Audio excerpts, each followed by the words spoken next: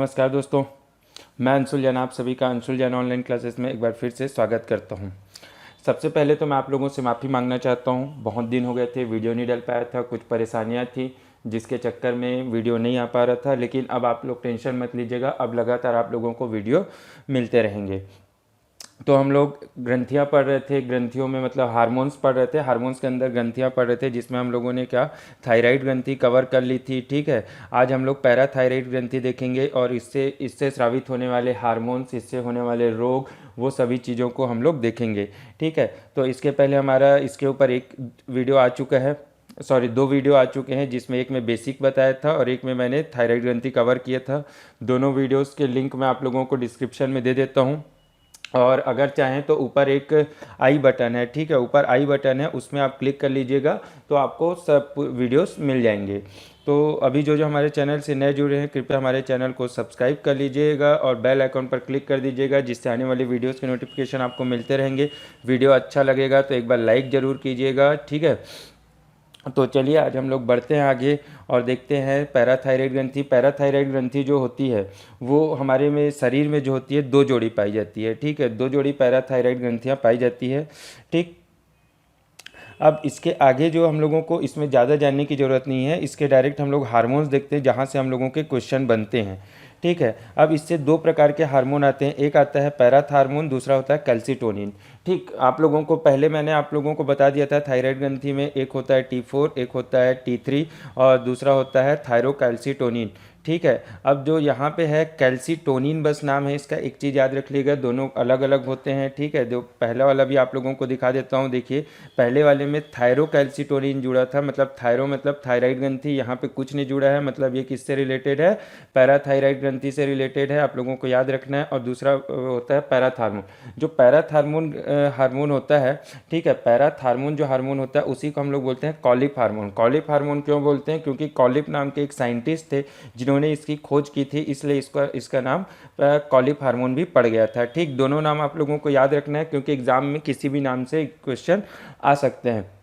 अब पैराथ हार्मोन की खासियत क्या है कि यह 84 अमीनो अम्लों का बना एक प्रोटीन है। ठीक है, आप लोगों को मैंने बताया था कि जो हार्मोन्स होते हैं वो क्या क्या होते हैं, एक होते हैं प्रोटीन, ठीक, प्रोटीन होते हैं, उसके बाद क्या होते हैं, अमीनो अम्ल होते थे, आप लोगों को मैंने बताया था प्रोटीन होते थे, अमीनो अम्ल होते थे, साथ में क्या होते थे, पेप्टासाइड होते थे। ठीक, पेप्टासाइड, और तीसरा चौथा क्या होता था, स्टेरॉइड। 4 प्रकार से बनते थे हार्मोन, मैंने आप लोगों को क्लियर कर दिया था। ठीक, अब इसमें क्या करना है, 84 हार्मोनों का बना एक प्रोटीन है, जो पैराथ हार्मोन होता है क्या होता है, 84 हार्मोन से बना एक प्रोटीन होता है, ये बहुत ही महत्वपूर्ण है। ठीक, अब ये क्या करता है, इसके कार्य क्या क्या हैं, ये रुधिर में कैल्शियम आयन और पोटेशियम आयन फास्फोरस आयनों की संख्या का नियमन करता है। ठीक है, क्या क्या करता है, कैल्शियम आयन, कैल्शियम देखिए आयन मैं क्यों बोल रहा हूँ, क्योंकि Ca2+ और PO4 3- लिखा हुआ है। कैल्शियम आयन और फास्फोरस आयन की संख्याओं का क्या करता है, नियमन करता है। साथ ही साथ क्या करता है, कैल्शियम का अवशोषण की गति को बढ़ा देता है। क्या करता है, कैल्शियम के अवशोषण की गति को बढ़ा देता है।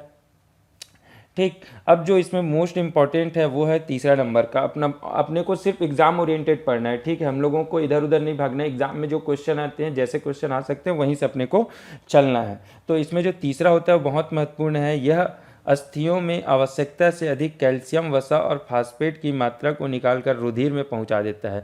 क्या करता है, कैल्शियम, वसा, फास्फेट जितना भी अगर एक्सेस में है, ठीक है, एक्स्ट्रा है अपने पास, तो उसको क्या करेगा, अपने यहाँ से निकालेगा और कहाँ पहुँचा देगा, ये रुधिर में पहुँचा देता है।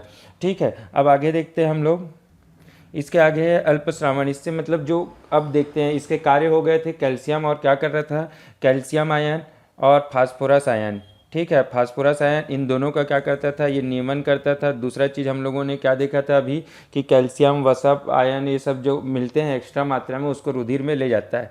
अब इसके अल्पस्रावन या फिर अधिक श्रावण से क्या होगा, अगर अल्पस्रावन है तो टिटनेस हो जाता है। ठीक है, याद रखिएगा, अल्पस्रावन से क्या होता है, टिटनेस हो जाता है। एक एक्स्ट्रा कुछ याद नहीं रखना है, क्वेश्चन अगर आएगा ना दोस्तों तो यहीं से आएगा कि अल्पस्रावन से क्या होता है, अतिश्रावण से क्या होता है, या हार्मोन कहाँ पाए जाते हैं, हार्मोन के कार्य क्या है। ठीक है, तो ये क्या है, ये टिटनेस रोग हो सकता है किससे, अल्पस्रावन से। ठीक, अब अतिश्रावण से देखते हैं, मोस्ट इंपॉर्टेंट अतिश्रावण से इसके क्या क्या रोग हो सकते हैं, ऑस्टियोपोरोसिस। ऑस्टियोपोरोसिस बोलने का मतलब क्या है, जो आपकी हड्डियां रहेंगी, शरीर की क्या रहती है, हड्डियां, तो वो हड्डियां क्या हो जाती, कमज़ोर हो जाती, भंगूर हो जाती हैं, टूट जाती हैं।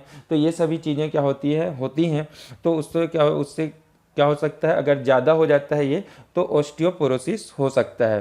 ठीक, इसके बाद क्या होता है, हाइपर कैल्सीमिया, और दूसरा रोग क्या हो सकता है, हाइपर कैल्सीमिया हो सकता है।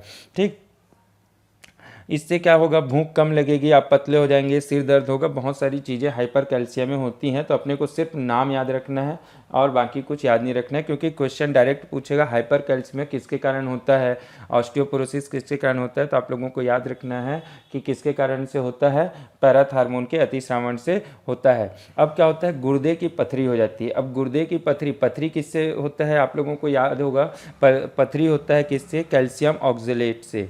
किससे होता है, कैल्शियम, लिख के बता देता हूँ, कैल्शियम ऑक्जेलेट से होता है। ठीक, कैल्शियम ऑक्जेलेट से क्या होता है, पथरी होता है। ठीक है, अब ये क्या करता है, कैल्शियम की मात्रा का नियमन करता है। अगर ज़्यादा हो गया, नियमन नहीं कर पाया, तो क्या हो जाएगा, पथरी हो जाएगा उसी से।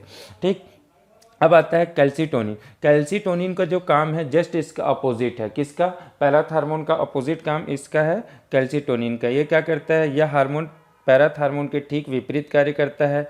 जब रुधिर में कैल्शियम की मात्रा बढ़ जाती है, तब यह हार्मोन रुधिर से कैल्शियम को निकालकर इसे अस्थियों में एकत्रित करता है और इसके साथ ही मूत्र में कैल्शियम की मात्रा को बढ़ा देता है। अब ये क्या करेगा कि अस्थियों में हमारे, आप लोगों को अगर पता है कि नहीं पता, कि जो हमारी हड्डियाँ रहती हैं उसमें क्या पाया जाता है, कैल्शियम पाया जाता है। हड्डियों में क्या पाया जाता है, कैल्शियम पाया जाता है। ठीक है, तो ये क्या करेगा, रुधिर से निकालेगा और उसमें भेज देगा।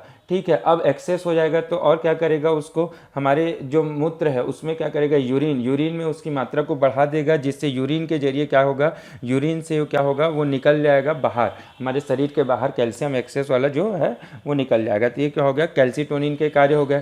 ठीक, अब अगले वीडियो में हम लोग देखेंगे एड्रिनल ग्रंथि या अधिवृक्क ग्रंथि।